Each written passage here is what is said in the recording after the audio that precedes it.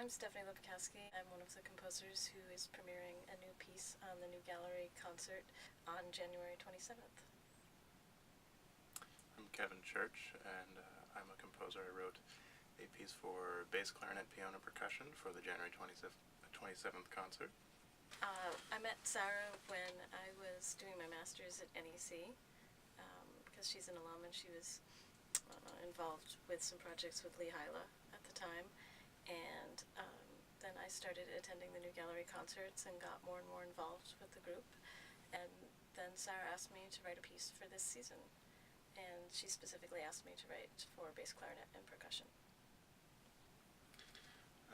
I got started with New Gallery Concert Series when Curtis Hughes asked me to, he told me that Sarah needed somebody to take tickets at the door. And so after that, I told Sarah that I'd be willing to do it again, and I basically became the intern for New Gallery. And then after a few concerts, she asked me to write a piece for the next upcoming year, and of course I said yes.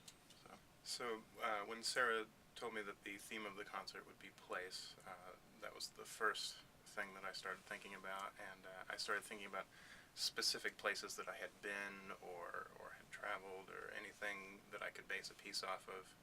And I wasn't really coming up with much, so I started thinking about places outside of physical places that humans could occupy. Harlow, who I'm collaborating with, she's doing a visual component. She already had an idea to base the piece on architecture. And I stumbled upon an architect named Christian Norberg Scholz, and he bases all of his theories on these two essays by Martin Heidegger. And so one of the essays is called Poetically Man Dwells, and it seemed to fit Harlow's, she'll tell you about it, but she's creating a virtual building. So when Sarah asked me to write a piece, we also discussed the theme of the concert, which is place. And I immediately thought of place in terms of not just location, but one's attachment to the place, emotional, or how it fits into the events in a person's life. And I also thought of a very strong dream I'd had recently, which involved a fictionalized version of the South of Boston.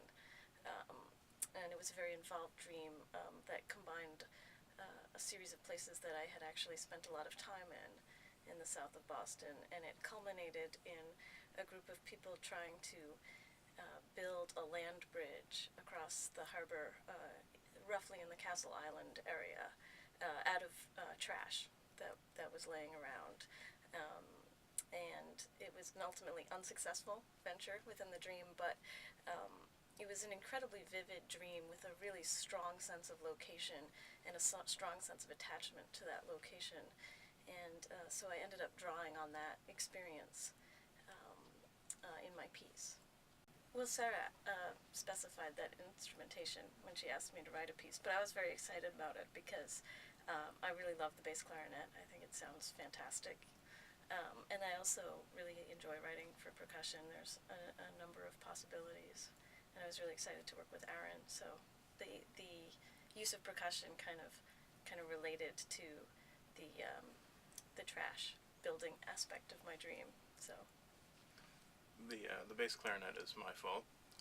Sarah asked me if I had any kind of leanings towards a specific instrumentation, and she suggested to work with her playing piano and with Aaron on percussion, and I said maybe cello or bass clarinet, and so she was excited about the bass clarinet option, and so was I, because I'm a woodwind player. I play clarinet, saxophone, flute, so I enjoy writing for woodwinds, and specifically people who are much better at playing them than I am, and so I'm excited to work with Amy as well as Aaron and Sarah.